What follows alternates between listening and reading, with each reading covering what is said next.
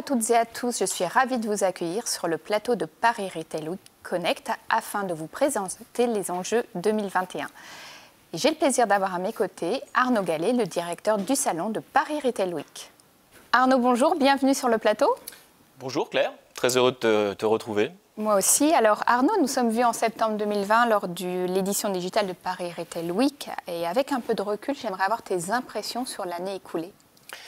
Alors ce qu'on peut dire sur 2020, c'est qu'effectivement ça a été une année très compliquée, bien entendu sur le plan sanitaire, on l'a tous vécu cette pandémie, mais aussi au niveau business, puisque cette pandémie a engendré aussi beaucoup d'imprévus et d'incertitudes avec la fermeture des frontières, la fermeture des magasins, qui a aussi entraîné une explosion du e-commerce avec beaucoup de gens qui contraints et forcés ont dû aussi s'y mettre. Et le fait qu'il y ait une explosion comme ça, si ce n'est pas assez bien maîtrisé, peut aussi entraîner un niveau de complexité qui est très, très important. Donc ce qu'on peut dire sur 2020, c'est qu'elle a été compliquée, mais que pour 2021, on estime qu'on n'est pas au bout du tunnel et qu'il y a encore un certain nombre d'incertitudes qui rôdent.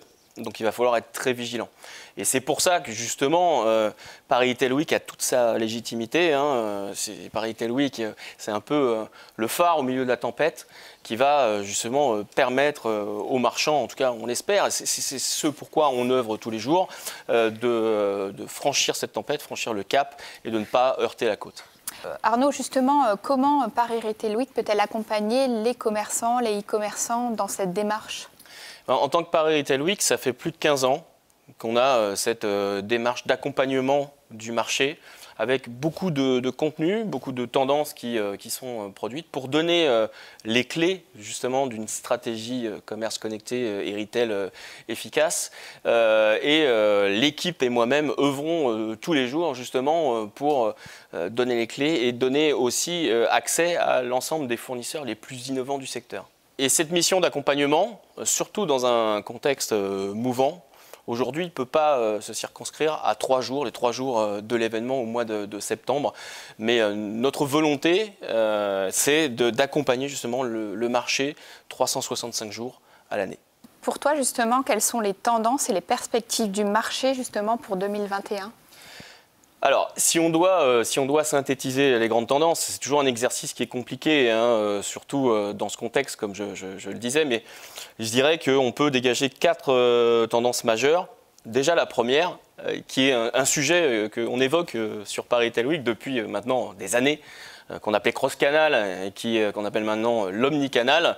En fait, l'omnicanalité, c'est plus un choix. Aujourd'hui, on est obligé de passer à cette omnicanalité. On a vu, comme je disais, la fermeture des magasins. Donc, l'enjeu aujourd'hui pour les commerces physiques, pour ceux qui n'ont pas encore franchi le pas, c'est d'y aller. Là, ce n'est plus une question de valeur ou d'état d'esprit, c'est une question, je dirais, de survie des commerces, et notamment des petits commerces. Et on a encore du chemin à faire au niveau de l'écosystème français, puisqu'il y a encore 70% des TPE et PME, des commerçants, qui n'ont pas encore franchi ce cap du digital. On parlait d'omnicanalité, du coup, ça veut dire quoi? Ça veut dire qu'aujourd'hui, plus que jamais, tout le business doit être désiloté, avoir une approche plus horizontale, où le point de vente devient un modèle hybride. C'est-à-dire que le client va commander en ligne, retirer en magasin, c'est click and collect, mais aussi retrouver en magasin un certain nombre de fonctions digitales. Par exemple, lorsqu'on a des petites surfaces de vente, pouvoir retrouver toute la profondeur de l'offre au travers du site internet de la marque. Donc ça, c'est vraiment un enjeu majeur. On a vu du coup sur l'année 2020, et ça continue aussi en 2021, l'explosion du e-commerce. Pourquoi? Parce que avec la fermeture des magasins, des millions de personnes qui n'étaient pas habitués à commander en ligne ou qui ne le souhaitaient pas, eh bien, on franchit le pas et force est de constater qu'ils ont apprécié de commander en ligne. Donc c'est une tendance qui va vraiment continuer et aujourd'hui tout doit être désiloté. Pourquoi? Pour apporter une expérience sans couture aux consommateurs. Donc ça, je dirais, c'est la grande tendance numéro 1 qui est dans la continuité de tout ce qu'on évoquait dans les années passées. Ça fait plus de 10 ans qu'on parle de cross-canal et d'omnicanalité. Ouais. Et là, on arrive au paroxysme de toutes ces notions. La deuxième tendance que j'évoquerai, et qui est un vrai point de vigilance, c'est la logistique. Pourquoi? Logistique et supply chain, on a vu avec l'explosion des ventes en ligne, un grand changement de la chaîne logistique et effectivement un pic de vente aussi qui a eu lieu au mois de mars et au mois d'avril, qui était l'équivalent de ce qu'on a pu apercevoir pendant les pics de Noël. Donc ça, c'était totalement inédit. Donc ça a pu être une opportunité effectivement pour certaines enseignes, mais ça peut aussi être un risque. Pourquoi? Parce que si on n'arrive pas à faire face à la demande, eh bien soit on perd une vente, soit on perd le client définitivement. Pourquoi? Parce que la chaîne logistique fait aujourd'hui partie intégrante de l'expérience utilisateur et de l'expérience client. Donc une attention toute particulière sur ce point, qu'on va d'ailleurs pas mal évoqué dans le cadre de nos échanges et lors des émissions avec les mentors, notamment lors des web talks. Tu voulais nous parler d'une troisième tendance, Arnaud? Alors la troisième tendance qu'on a pu observer, c'est la personnalisation et l'expérience. Donc la personnalisation, elle passe au travers de la data. C'est une de nos thématiques dans le cadre des mentors. Comment collecter la data, mais surtout aussi comment l'utiliser pour pouvoir apporter une personnalisation qui soit effective et sans couture. Donc, le point de l'expérience également est important, comme je le mentionnais, puisque ça devient clé pour faire revenir aussi les clients en magasin dans un contexte de crise, au travers d'outils comme la réalité virtuelle, la réalité augmentée ou la robotique, qui vont permettre de donner une expérience différenciante aux consommateurs. Il y a une quatrième tendance dont tu souhaitais nous parler. La quatrième tendance que j'évoquerai aujourd'hui, c'est... alors en fait, on peut mettre plusieurs tendances au sein de cette même tendance. C'est l'authenticité et l'approche aussi RSE et éco-responsable. Alors l'authenticité, qu'est-ce qu'on veut dire au travers de ça? C'est que le consommateur aujourd'hui est très informé. On ne peut pas, pour autant qu'on ait déjà pu le faire, lui raconter des sornettes.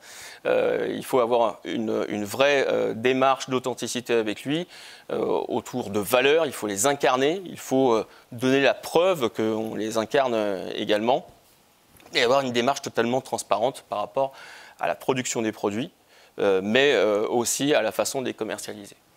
Et le deuxième pan, je dirais, de ce point, c'est l'aspect éco-responsable. Comme tu le sais, sur Paris Retail Week, on a pris très tôt ce sujet en main, puisque en 2019, on a passé le salon en mode RSE, avec beaucoup moins de déchets, un éclairage LED. Et bien, en tout cas, moquette aussi. Voilà, exactement. Ça fait partie des déchets, justement. C'était plus de 4 tonnes de déchets, la moquette sur Paris Retail Week. Mais tout ça, c'est un investissement. Mais c'est un investissement qui, en fait, est très rentable, puisque le consommateur s'attend à ce que les marques, aujourd'hui, aient pris ce virage du RSE et de l'éco-responsabilité.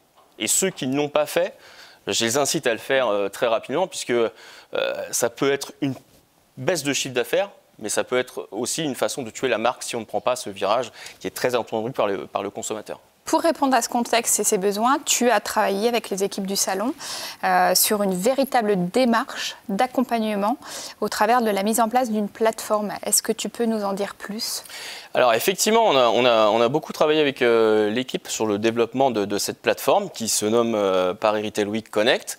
Dans laquelle on va retrouver beaucoup de contenu, la possibilité aussi de rentrer en relation avec les meilleurs fournisseurs de solutions du marché, qui vont aider justement les marchands à développer leur business, et qui va être gratuite en termes d'inscription pour les marchands et qui sera accessible tout au long de l'année, avec un certain nombre de temps forts aussi qui vont être diffusés, et différents formats qui vont être diffusés sur cette plateforme. Alors, est-ce que tu peux m'en dire plus justement sur les différents formats proposés ? Alors, dans un premier temps, on va retrouver 3 formats sur la plateforme, mais on ira plus loin, puisque l'idée de cette plateforme, c'est de proposer Paris Retail Week en tant que média ou marketplace, où on va retrouver toutes les solutions du marché et toutes les tendances et les innovations du secteur. Mais pour te parler un petit peu plus précisément des programmes qu'on va déjà y retrouver dans un premier temps, on aura le format Web Talk, donc qui va être sur ce plateau justement, où on aura l'interview des mentors qui nous accompagnent dans le cadre de Paris Retail Week. Comme tu le sais, mais c'est bon de le rappeler aussi à notre audience, depuis 2019, on s'adjoint l'aide de mentors, qui sont des personnalités du marché qui viennent porter les thématiques et les problématiques du salon. L'idée étant de clarifier le discours et de rendre les choses plus simples pour les marchands qui cherchent des solutions et des réponses précises à leurs problématiques. On aura la problématique data, notamment la problématique parcours client agile, logistique, etc., etc. Donc dans le cadre de ces web talks, de ces plateaux TV, vont être interviewer ces mentors qui vont donner leur vision du marché, de la problématique, et on aura aussi la chance de les retrouver je dirais en physique, lors de l'édition de Paris Retail Week à partir du 28 septembre. Donc ça, c'est le premier format. Le deuxième format, on parlait tout à l'heure dans le cadre des tendances de l'importance de développer la digitalisation des TPE, des PME et des commerces.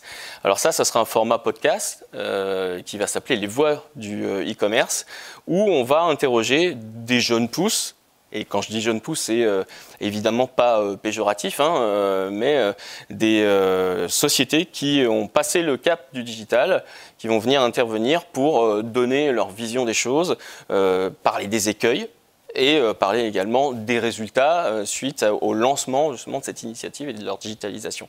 Le tout étant bien entendu de partager des best practices avec l'ensemble des sociétés qui nous écoutent. Ça, c'est le deuxième format. Le troisième format, qui est un format beaucoup plus reportage, caméra à l'épaule. Oui. Ça sera un peu un format qui nous donnera les dessous de la logistique, où un reporter va aller visiter des entrepôts, des centrales logistiques qui ne sont pas forcément accessibles au grand public pour voir l'innovation in situ. Et ça va être lancé là, dès maintenant, dès effectivement l'ouverture de la plateforme. Donc un programme très complet qui attend le public et les partenaires. Et Arnaud, est-ce que tu as un dernier message donc, à nous livrer? Oui, absolument. Un programme très complet, mais qui va être agrémenté, comme je te le disais, d'autres programmes tout au long de l'année. Donc c'était vraiment qu'un début. Et bien entendu, on est très impatient de retrouver tout le monde au mois de septembre lors de l'événement physique Paris Retail Week du 28 au 30 septembre, qui sera un peu le point d'orgue de tout ce dispositif. Mais en tout cas, on est très heureux et très fiers de lancer aujourd'hui ce nouveau média, cette marketplace qui est Paris Retail Week Connect. Merci. Merci Claire. Restez avec nous, je vous retrouve tout de suite pour le premier Web Talk de la saison avec Justine Hutto, Respire, mentor de la problématique innovation marketing.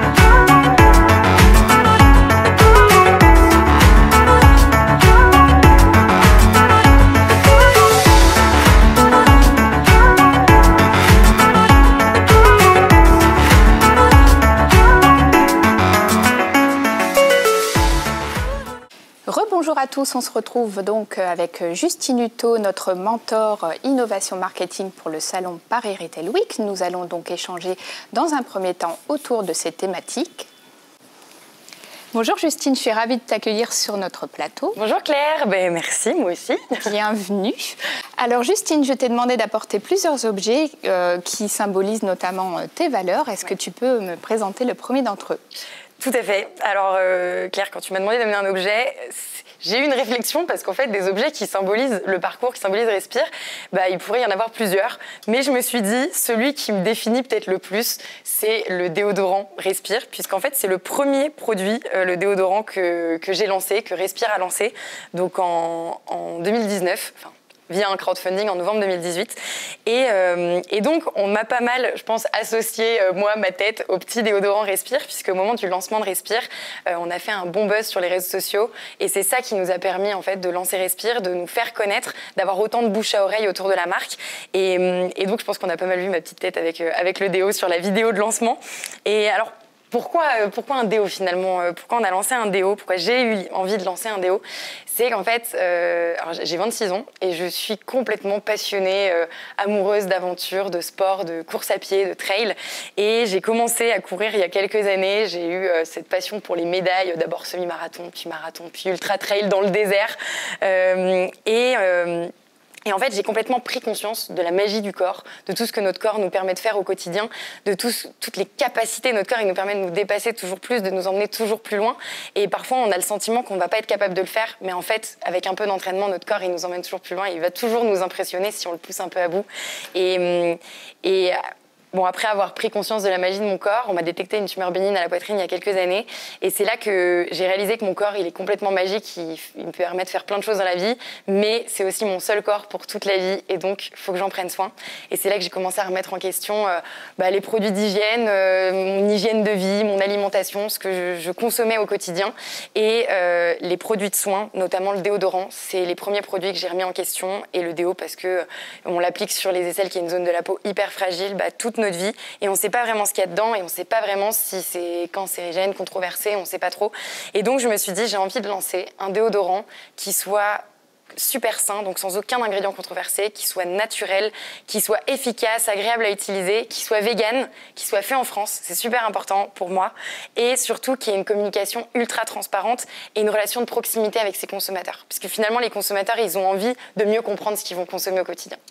Donc voilà, toute la petite histoire autour de ce petit déodorant. D'accord, merci Justine. Donc alors finalement, ces valeurs, elles se retrouvent dans la marque Respire, dont tu es la cofondatrice et qui a d'ailleurs fêté ses 2 ans. C'est une enseigne qui est précurseur, on vient de le dire, de la clean beauty en France. Donc avec ces produits, est-ce que tu peux m'en dire plus sur le concept et rappeler ce que c'est finalement la clean beauty ? Alors, la clean beauty, j'ai envie de dire, ça veut tout et rien dire. Parce que la clean beauty, dedans, en fait, ça veut dire à la fois avoir des formules qui sont super saines, donc sans aucun ingrédient controversé. Ça veut dire des formules, enfin ça peut vouloir dire des formules naturelles, donc avec un pourcentage de naturalité assez élevé. Donc tous nos produits sont au-delà de 95% d'origine naturelle.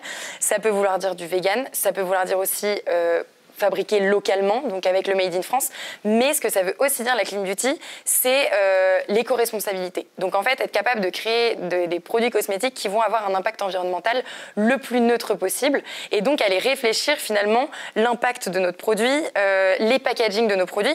Et donc j'en ai 2 là par exemple qui sont des produits solides. Donc ceux-là, c'est pas les premiers qu'on a lancés, mais c'est le shampoing solide et le nettoyant visage solide qui sont finalement des produits en fait qui vont remplacer tous nos packaging qu'on a dans la salle de bain. Donc celui-ci, un shampoing solide, c'est un savon. Tout le monde ne connaît pas encore le shampoing solide, pourtant c'est en train de se démocratiser. Ça s'utilise comme un savon, mais dans les cheveux, et ça permet finalement d'avoir beaucoup moins de packaging. Et donc c'est super important aujourd'hui, le consommateur cherche à consommer moins de plastique, à être plus éco-responsable, à avoir moins de déchets à la fin du mois. Et nous, en tant que marque, c'est super important aussi qu'on aille dans cette direction-là. Donc on a développé une gamme solide, mais on a aussi, pour tous nos produits qui ont des packaging plastiques comme nos déodorants, tout fait pour avoir des packaging qui sont en plastique recyclé, recyclable et même rechargeable. Donc on le travaille sur tous nos produits. Et j'ai envie de dire, voilà, la clean beauty, ça veut tout et rien dire, mais je pense que ça veut dire en tout cas aller tous dans la même direction, bonne direction, et essayer de creuser pour faire les meilleurs produits. Vers l'engagement. Alors, tu as accepté d'être mentor de la problématique innovation marketing pour le salon Paris Retail Week, et j'ai plusieurs questions à te poser, puisque depuis sa création, Respire a développé 15 produits naturels faits en France, donc vegan et éco-responsables, on l'a précisé. Et tu as mis un véritable process pour innover en t'appuyant dans un premier temps sur ta communauté. Est-ce que tu peux nous expliquer comment s'est mis en place ce process ? Exactement, la communauté, je dis souvent, c'est la clé du succès pour Respire. En fait, il faut savoir que dès le départ, quand j'ai lancé Respire, j'ai eu envie de ne pas lancer seule Respire. Bon, déjà, je suis associée, donc avec un cofondateur, avec Thomas, mais j'avais envie aussi d'aller m'inspirer et d'aller prendre les avis de mes futurs consommateurs, puisque quand on met juste notre avis à nous dans un produit, à un moment, il va répondre à nos besoins à nous, mais pas aux besoins de tout le monde. Et il faut savoir que quand je me suis lancée du coup dans mes délires de course à pied, je me suis aussi lancée sur Instagram et j'avais un compte Insta qui regroupait déjà une dizaine de milliers de personnes, voilà, on va le dire. Et donc c'était clairement non négligeable, 15 000 personnes qui étaient là dès le départ pour pouvoir m'aider et me donner leur avis. Et donc ce que j'ai fait au début de Respire, c'est que j'ai fait venir quelques personnes de ma communauté. Je leur ai dit que je me lançais en entrepreneuriat. J'osais pas trop leur dire ce que je lançais parce qu'on a toujours peur au début de le dire, alors qu'en fait, on va y mettre notre touche perso à nous et en soi, personne va vraiment nous copier. Mais bon, j'avais peur de l'assumer publiquement sur les réseaux sociaux. Et donc, j'ai proposé à quelques personnes de ma communauté de venir nous rencontrer et d'échanger avec nous sur l'aventure Respire et nous donner leurs avis. Et c'est ce qui m'a vraiment aidée à développer le produit pour répondre au mieux aux consommateurs. J'ai un exemple, notre petit déodorant, il a un drapeau français. Et en fait, c'est parce qu'on fait du Made in France et ça fait complètement partie de nos valeurs. Mais moi, j'avais pas du tout anticipé dès le départ de le mettre sur le packaging. Je trouvais même que ça faisait un peu cheap. Et en fait, c'est la communauté que j'ai rencontrée qui m'a dit « mais le drapeau, parce qu'en fait, c'est ce qui fait votre force aussi. C'est super important, donc affirme-le. » Et donc, il y a plein de super conseils que j'ai eus grâce à la communauté. Et ça m'a vraiment fait prendre conscience dès le début de Respire que je souhaite développer toute ma marque avec la communauté. Donc, on est vraiment en co-création. Toutes ces personnes qui étaient là au départ, elles sont toujours là sur un groupe WhatsApp qui s'appelle le Respire Club.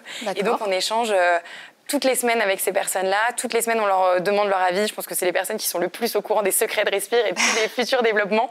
Mais c'est génial parce qu'on peut vraiment avoir leur avis. Dès qu'on a un choix du nom d'un futur parfum, on leur demande et ça nous aide vraiment. Et maintenant, on est vraiment en train de le déployer encore plus au-delà de juste le Respire Club et en fait d'impliquer davantage toute notre communauté des réseaux sociaux, donc Instagram, sur le développement de nos produits. Et notamment maintenant, quand on développe un produit, on le fait tester à des personnes de notre communauté, donc c'est minimum 80 personnes avant de le lancer pour être sûr que c'est la bonne formule. On la retravaille si besoin. Et là, on a fait un test sur un produit récent qui va très bientôt sortir. On a fait le test sur 450 personnes. Donc on commence vraiment à se développer davantage. Et j'en profite juste pour ajouter en termes d'innovation marketing. Un petit produit innovation marketing. Et pourquoi j'ai envie de t'en parler, c'est parce que c'est notre dentifrice solide. Et celui-ci, on l'a vraiment développé parce que c'est la communauté qui nous l'a demandé. Okay. Donc c'est, en gros, je te montre, une petite boîte dentifrice solide. Et ça, on en voit quand même très très peu. Ça n'existe pas vraiment encore sur le marché. Et c'est des petites pastilles où en fait, on va venir croquer une petite pastille. On croque 4-5 fois pour dissoudre la pastille. On mouille sa brosse à dents, on vient brosser. Car ça sent super fort la menthe. Je sais pas si tu sens jusqu'ici. Je vais regarder. Plutôt pratique en journée de tournage. Voilà, exactement, plutôt pas mal. Et donc, en fait, ce dentifrice solide, je peux même pas dire que j'ai eu l'idée moi-même. C'est la communauté qui l'a demandé, qui a dit... on avait déjà lancé un dentifrice liquide et ils nous ont dit, nous, on aimerait vraiment avoir un dentifrice solide. Et donc, on s'est dit, on va développer ce dentifrice solide pour répondre aux besoins de la communauté. Donc voilà, on essaye d'innover. En tout cas, la communauté nous aide à innover. Donc un process dont on peut s'inspirer. Pour la suite, tu t'appuies aussi sur tes équipes, de la rédaction du brief, du choix du packaging, jusqu'à la recherche et au développement, et même jusqu'à la commercialisation. Et je tiens à préciser que si vous allez sur le site donc, de Respire, vous verrez toutes ces étapes qui sont décrites, je crois, dans la partie blog, me semble-t-il. Donc j'ai envie d'en savoir plus, Justine, justement, sur ce process et ce travail avec tes équipes. Avec plaisir. Et justement, tu vois, ça me fait plaisir que tu en parles parce que c'est une envie de transparence en fait qui fait qu'on va aller montrer davantage, expliquer davantage comment ça se passe chez Respire, puisque j'ai envie de dire le commun des mortels, et même moi il y a 4 ans qui ne savais absolument pas comment on développe un produit cosmétique, je n'avais aucune idée que c'était comme ça, et donc je suis ravie que les consommateurs puissent découvrir comment ça se passe. Alors déjà, comment ça se passe, il faut savoir qu'on n'a pas de laboratoire en interne, on est une jeune marque, donc on va s'appuyer sur des laboratoires externes. C'est quasiment comme ça que marche la cosmétique, il n'y a que des très grands groupes qui ont leur laboratoire en interne. Et ça nous permet, c'est génial parce que ça nous permet d'aller travailler avec des laboratoires, nous dans toute la France, vu que c'est que du Made in France, et de s'assurer de travailler avec les laboratoires experts dans le domaine du produit qu'on souhaite développer. Donc on travaille avec, j'ai envie de dire, une quinzaine de laboratoires différents. Il y en a qui font plusieurs produits parce qu'ils ont une expertise de plusieurs produits. Et à chaque fois qu'on développe un produit, l'origine déjà, c'est on s'inspire de la communauté. On va demander à la communauté finalement quels produits ils ont envie qu'on développe. Donc ils nous donnent leurs réponses. On prend toutes ces idées-là, on en parle nous en interne avec mon associé et avec l'équipe. Et finalement, on statue aussi en fonction de la taille du marché. On fait pas non plus... on est quand même un business, donc on regarde aussi en fonction de la taille du marché. Là, par exemple, j'ai un exemple tout bête. On me demande tout le temps un stick à lèvres. Ben, je n'ai pas encore statué si j'allais développer un stick à lèvres, parce qu'un stick à lèvres, c'est un produit déjà qui se vend très peu cher. Enfin, au niveau business, pour nous, on a peur de totalement y perdre. Donc, même s'il y a beaucoup de produits qui sont demandés par la communauté, on essaie de répondre à tous les besoins, mais parfois, forcément, il faut aussi s'ajuster en tant que marque. Et donc, on prend ces idées de produits et finalement, on choisit en interne. Et une fois qu'on a sélectionné les produits, on essaie de préparer une roadmap sur l'année, parce qu'on a quand même une roadmap très ambitieuse. On sort quasiment un produit tous les 2 mois. Donc, c'est très rapide depuis le début. Et c'est pour ça qu'en même pas 2 ans, on a déjà 15 produits qui sont sortis. Et une fois qu'on a identifié ce produit, on va rédiger tout un brief. Et dans ce brief, il y a des choses qui reviennent tout le temps. C'est le pourcentage de naturalité, toujours au-dessus de 95%. C'est le côté vegan. C'est formulé selon les critères Cosmos, donc certifiable bio. Donc maintenant, la plupart de nos produits vont bientôt avoir la certification bio, donc j'en suis très très fière. C'est made in France, bien sûr, et on essaye d'avoir un maximum d'ingrédients qui sont sourcés localement. Et il y a une petite chose qu'on rajoute dans notre brief, et ça me fait toujours rire, parce que les laboratoires, au tout début, je le mettais dans mon brief, et ils m'ont dit, mais vous êtes la première marque à arriver avec ce brief-là, c'est « je veux être Yuka compliant ». Donc en gros, je veux être 100% sur Yuka. Et ça, les laboratoires, ils m'ont dit, mais ça n'arrive jamais. En fait, on nous demande jamais d'être 100% sur Yuka. Et en fait, je me rends compte que les applications pour scanner les produits, ça apporte tellement de pouvoir aux consommateurs aujourd'hui qui n'y connaissent rien, de pouvoir décrypter des formules cosmétiques, des formules en latin. Et c'est eux qui sont à la demande de produits beaucoup plus clean et donc qui soient notés verts sur les applications. Bah, vu que c'est leur demande, bah, c'est ma demande aussi. Et donc les laboratoires, ils s'alignent et c'est un brief, je vous l'avoue, très complexe. Et pourtant, les laboratoires arrivent à travailler d'arrache-pied pour développer des formules qui sont en plus de ça, je ne l'ai pas dit, mais très sensorielles et très efficaces, parce qu'on veut faire comprendre aux consommateurs que c'est bien beau de passer au naturel, au bio, au solide, mais on a tous l'impression que ça va être beaucoup moins efficace, beaucoup moins agréable à utiliser, que ça ne va pas avoir un super parfum. Bah, nous, on veut vraiment prouver qu'on est capable de développer des produits qui regroupent tous ces critères-là, mais qui sont aussi moussants, qui sentent super bons et qui vont complètement remplacer nos produits d'hygiène du quotidien. Bon, alors Justine, tu as un peu répondu à ma prochaine question, mais pour y revenir, j'avais envie de savoir quels étaient pour toi les enjeux majeurs à connaître pour réussir au travers de ces étapes. On peut les reprendre, donc c'est vraiment répondre aux attentes de sa communauté. Exactement, répondre aux attentes de la communauté, avoir un brief très précis qui soit en lien avec ses valeurs, parce qu'en plus le laboratoire avec qui on va travailler, le pauvre, il faut qu'il ait sa directive tout de suite. Et je dirais après ça, une fois qu'on a briefé le labo, comment ça va se passer? Le labo, il ne va pas nous sortir un produit et c'est le bon. Il va nous soumettre des formules qu'il va déjà travailler. On a une chimiste ingénieure de formulation en interne chez Respire. Et donc, elle échange. En fait, elle parle le même langage que les laboratoires, parce que clairement, on ne parle pas tous le langage cosmétique. Et donc, ça nous permet de pouvoir développer les formules main dans la main, y ajouter les ingrédients que nous, on a en tête. Et ensuite, le labo nous envoie plusieurs formules qu'on va tester. Alors, l'intérêt de l'équipe, en effet, c'est que l'équipe sont nos premiers testeurs. On est 25 aujourd'hui chez Respire. Et ils testent tous les produits Respire tout le temps, enfin, toutes les formules, c'est même pas les V0, c'est les V-30 quoi, avant qu'on trouve le bon produit. Et grâce au retour de l'équipe, on retravaille les formules. Et parfois, on va jusqu'à 30 voire 40 soumissions de formules avant de trouver la bonne. Et une fois qu'on arrive dans les dernières soumissions et qu'on a le doigt dessus, on se dit ça, je pense que ça va être la bonne qu'on va sortir. Et ben, on fait venir notre communauté et on demande à notre communauté, du coup, 80 personnes minimum, de tester ce produit pour pouvoir nous donner son avis. Et j'ai envie de dire, un des enjeux, c'est vraiment de s'assurer que le produit il va plaire avant de le lancer. Parce que lancer un produit qui ne répond pas aux attentes de la communauté, bah, ça n'a pas de sens d'un point de vue business, mais pas non plus d'un point de vue environnemental. Ça me fait rebondir sur une question concernant les indicateurs et les KPI, puisque tu voulais, pour savoir si justement si vous êtes sur la bonne voie, est-ce que vous avez des KPI, est-ce que vous en avez même en lien avec la RSE? Alors, on a des KPIs, bien sûr, en interne. Alors, j'ai envie de dire que je suis très fière parce qu'on n'en avait pas beaucoup au début. Et là, ça y est, ça commence à se structurer. On commence à avoir...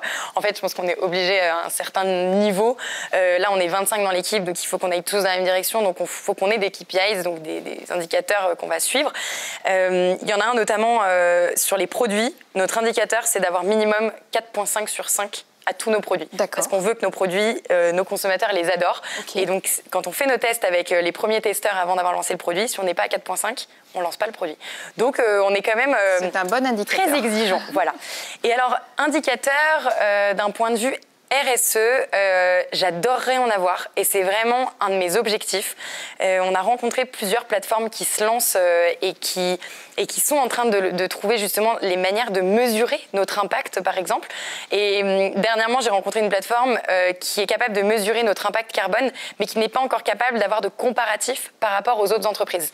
Et c'est vrai qu'en tant qu'entreprise, connaître juste un chiffre d'impact, j'en ai aucune idée si ça va être bien ou pas bien par rapport au marché, mais je suis vraiment en recherche, en tout cas, si quelqu'un m'entend, et à une plateforme miracle, et ben, je serais ravie d'échanger.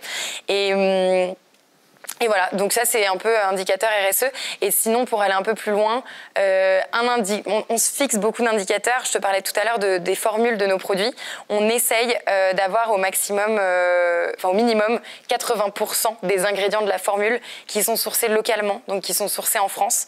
Mais c'est quand même un gros challenge et un gros défi parce que, je te donne un exemple, il y a des produits qui contiennent beaucoup d'huile par exemple, et on a la chance de développer beaucoup d'huile en France, d'être producteur d'huile, et donc on est capable de sourcer 100% des ingrédients en France.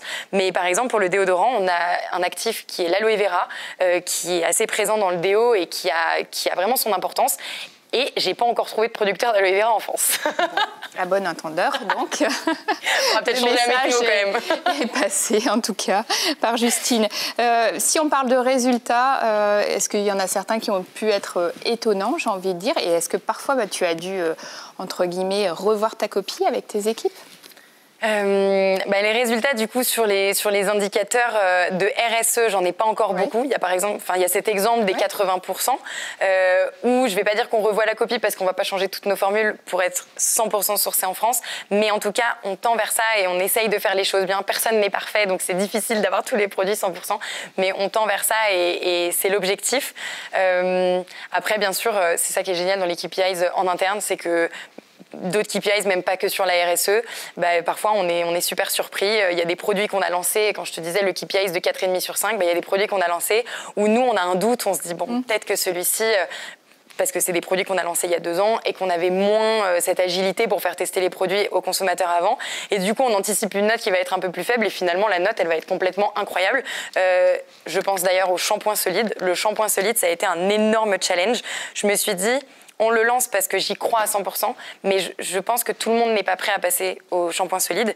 Et en fait, c'est un produit qui a complètement explosé. Et on n'avait pas assez anticipé la production. Et aujourd'hui, c'est le produit le plus vendu sur notre site et qui a le plus de réachats. Et ça, on en est vraiment hyper fiers. Génial. Alors, il y a beaucoup de commerçants, voire des TPE-PME, qui se demandent à quoi sert finalement l'innovation en tant que telle. Selon toi, est-ce que c'est une question d'image de marque, d'expérience client ou d'autre chose ? J'ai envie de dire déjà ces 2 choses. Clairement, l'innovation aujourd'hui, en fait, c'est finalement on innove. Enfin, pour aujourd'hui avoir un business, je pense, qui marche, ou en tout cas une jeune marque qui va se lancer, l'innovation, c'est super important. Le consommateur, il est à la recherche de nouveautés. Après, l'innovation, ça se voit pas uniquement dans une innovation et donc quelque chose auquel personne n'a jamais pensé. L'exemple tout bête, c'est nous avec Respire. Je n'ai pas réinventé la roue, un déodorant, ça existait déjà. Il y en a des centaines sur nos tablettes de supermarché. Et pourtant, ce qu'on a fait en plus, j'ai envie de dire, ce qu'on a apporté comme innovation, c'est la relation avec les consommateurs. Donc le fait qu'eux, ils se sentent complètement impliqués dans la co-création du produit, qu'ils puissent tester le produit, la relation de proximité qu'on a avec eux via les réseaux sociaux, ils nous donnent leur avis sans cesse, on peut échanger avec eux quotidiennement, la transparence qu'on a apportée, le développement de formules qui sont super agréables et qui cochent toutes les cases. Mais ça, j'ai envie de dire, beaucoup d'autres marques peuvent le faire aussi, puisque y a plein de marques de cosmétiques sur le marché. Mais donc, c'est aussi au-delà, ça va au-delà, ça va à la relation avec la communauté, l'expérience qu'on va apporter aux consommateurs. Moi, je suis convaincue que l'innovation, c'est quand même très important.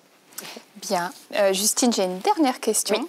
Une question sur des conseils, justement, que tu pourrais donner à ces commerçants, ces dirigeants de TPE, PME. Ouais. Et surtout, est-ce qu'il y a des écueils à éviter ?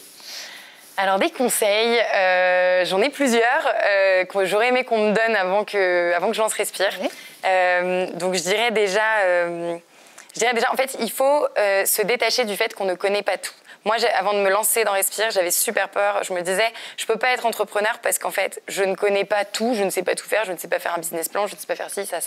Et je listais toutes les choses que je savais pas faire et je me disais, oh mon Dieu, je vais jamais y arriver. Et en fait, la solution, ça a été de s'entourer des bonnes personnes et de ne pas hésiter à aller chercher l'information chez les personnes compétentes dans le domaine. Et ça, en fait, il faut se bouger, il faut se dire qu'on ne va pas le faire tout seul, notre petit business. Enfin, il y en a qui y arrivent très bien et je les admire. Mais voilà, c'est très bien aussi de mettre un peu son ego de côté et se dire que les autres vont très bien pouvoir nous aider. Donc, bien s'entourer. Après, il y a aussi être un peu un couteau suisse, pas hésiter à mettre les mains dans le cambouis un peu dans tout. Moi, clairement, mes sujets, c'était la com et la finance. Et finalement, j'ai appris aussi à devenir commerciale, à aller discuter avec Monoprix, avec Sephora. J'ai appris plein de choses sur le terrain et c'est ça qui nous aide. Et alors, des écueils. Non, je dirais qu'il y en a un majeur. Je touche du bois, mais du coup, je touche ma tête parce que j'ai pas le sentiment que chez Respire, on ait vécu vraiment de gros échecs où j'ai dû me relever et où je me dis ça a été horrible pour Respire. Mais il y en a eu un qui a été assez difficile. C'est le choix du logisticien. Il faut savoir, quand on lance un e-commerce, souvent, c'est pas nous qui allons faire la logistique. On s'entoure d'un logisticien prestataire externe. Et nous, notre logisticien qu'on avait choisi au tout départ, il s'avère qu'il a failli tuer la marque, je vais le dire clairement, parce qu'en fait, il n'a pas respecté les contrats, il n'envoyait pas les produits, et donc les consommateurs étaient complètement trahis et déçus parce qu'ils avaient acheté le produit sur notre site et finalement, il n'y avait pas de produit derrière. Et donc, nous, il y a eu tout un travail derrière Alors, heureusement qu'on a une communauté ultra bienveillante, ultra compréhensive, mais il a fallu vraiment travailler notre communication, changer de logisticien, branle-bas de combat. Enfin, voilà, c'est des problèmes qu'on peut éviter, je pense, si on choisit mieux notre logisticien dès le départ. Parfait. Merci beaucoup vraiment Justine pour tes précieux conseils, ton témoignage et véritablement cette transparence. On sent vraiment que tu es prête à livrer ton parcours, tes conseils et voire plus. Donc un grand merci pour ton témoignage. On est ravis de t'avoir en tant que mentor sur la problématique innovation marketing. Moi aussi. Merci à tous.